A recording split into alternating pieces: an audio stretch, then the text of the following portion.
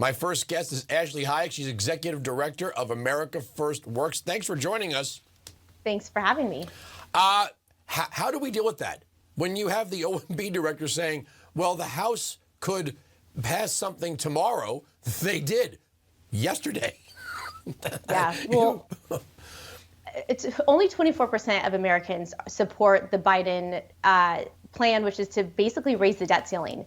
Americans right now are having to tighten their belts, make really hard decisions about their own budgets, but yet you have an administration that has proven they want to use American tax dollars as their own fund. There are very clear solutions that conservatives, Republicans have put on the floor. Number one, stop spending, stop giving money away to federal funds to illegal aliens. How about that? Number two, don't use the $30 billion and save the money on unspent COVID funds.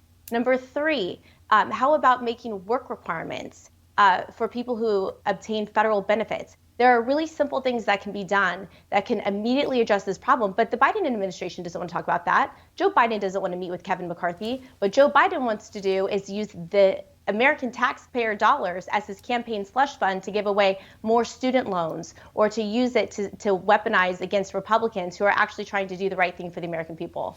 You know, I've watched some of these screamy Gen Z, TikTok, political influencers.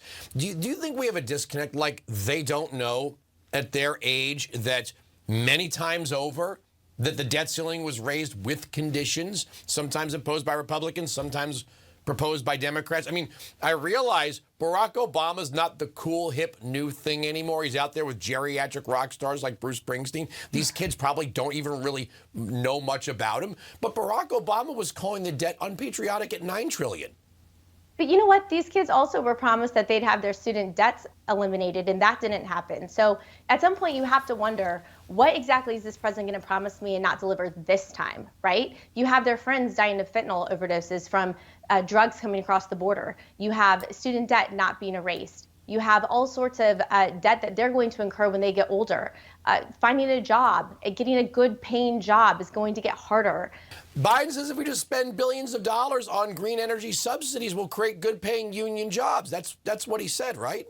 Yeah, I mean, all of it is a lie. It's a lie. And basically what we're seeing is brownouts across all of California, right? Like, what good does it do for people when everyone is leaving the states because there are brownouts and drug and homeless and the largest income disparity in the entire country? You have the poorest of the poor and the richest of the rich and nothing in the middle. There's no land of opportunity in a place like California where they do have green energy policy.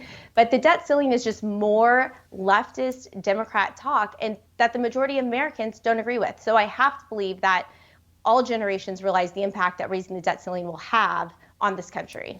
Yeah, what I would say to any one of these Gen Z, wannabes is, hey, guess what? You're going to be paying for all of this, okay? Right. If you even pay taxes at all, because the way the Democrats, I'm going to be doing this in my argument, they want to just keep raising the minimum wage and kill small businesses. They have to know that automation is coming. If you make it too expensive to hire a human, businesses won't. You won't be able to pass a law forcing people to hire other people if machines are available. It's like we're completely lost in what is happening here. We're going to be at $33 trillion in debt. Just the other day, there was a back and forth between Chip Roy and Jody Arrington. And Arrington, who's the chair of the Budget Committee, said, look, we're looking at $50 trillion in debt in less than a decade under Biden's current spending plans. I want to know who seriously, rationally believes that we could pay down a $50 trillion debt. We were calling it a crisis at $13 trillion. That's right. That's right. And the majority of Americans say we need to limit federal spending for the next 10 years at least, and are on board with that. But this just goes to show you how tone deaf this administration is. Joe Biden is going to stay in his bunker basement. His OMB director has no idea what's going on. And then the people who lose are the hardworking men and women. But I just want to point out one other thing. The growing population, Hispanics, that are coming to the conservative cause, they're the ones that believe in business opportunity and small business growth. All of these regulations, all of this tax and spending by the federal government, it affects this group too. So every single American is affected by this, and it's only going to help grow the Republican Party in the long run. I don't know what is radical about what the Republicans are asking for. You listed many of them, right? I mean, I would like to see the penny plan, the flat tax, the fair tax, something. I realize they're not going to get everything, right? Democrats Right. control the Senate. But what they're talking about at capping the 22 spending levels, which Democrats voted on just 6 months ago, right? We're not talking about clawing back some of this unspent COVID money. That's right. Why should we allow, if we have an appropriations process, right? There's a lawful process for appropriating money for a purpose. If the COVID emergency is over, which the Biden administration wants to lift so they can get rid of Title 42, why should we let all of this spending just stay in the coffers of where, I mean, are they still buying masks for government-run schools or rubber gloves or putting up the plastic sneeze guards? That's over. So that money should come back to the federal government. It's $30 billion in unused funding. That's the first piece of it that we can save. The second piece of it is reduce the spending back to pre-COVID levels.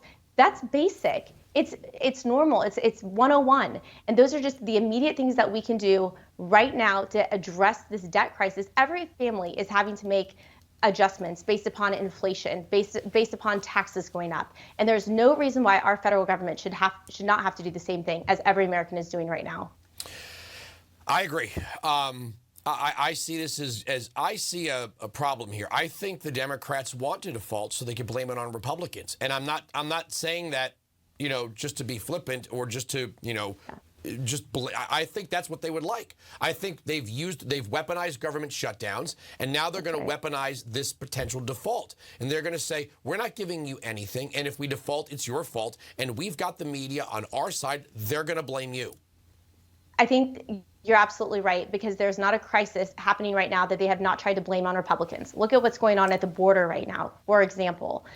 They have done absolutely nothing in regards to the border. Today, Mayorkas was at the border. He had a press conference. One of the things he talked about was, well, we need more people to process the people coming across the border. He's talking about allowing more people. 4 million people have entered the United States since in the past 26 months. 4 million people, that's larger than the population of Los Angeles. That's a crisis. And instead of doing something about it by closing the border, they're blaming Republicans. Every single failed policy, they blame Republicans, but Americans are smarter. Thank you so much.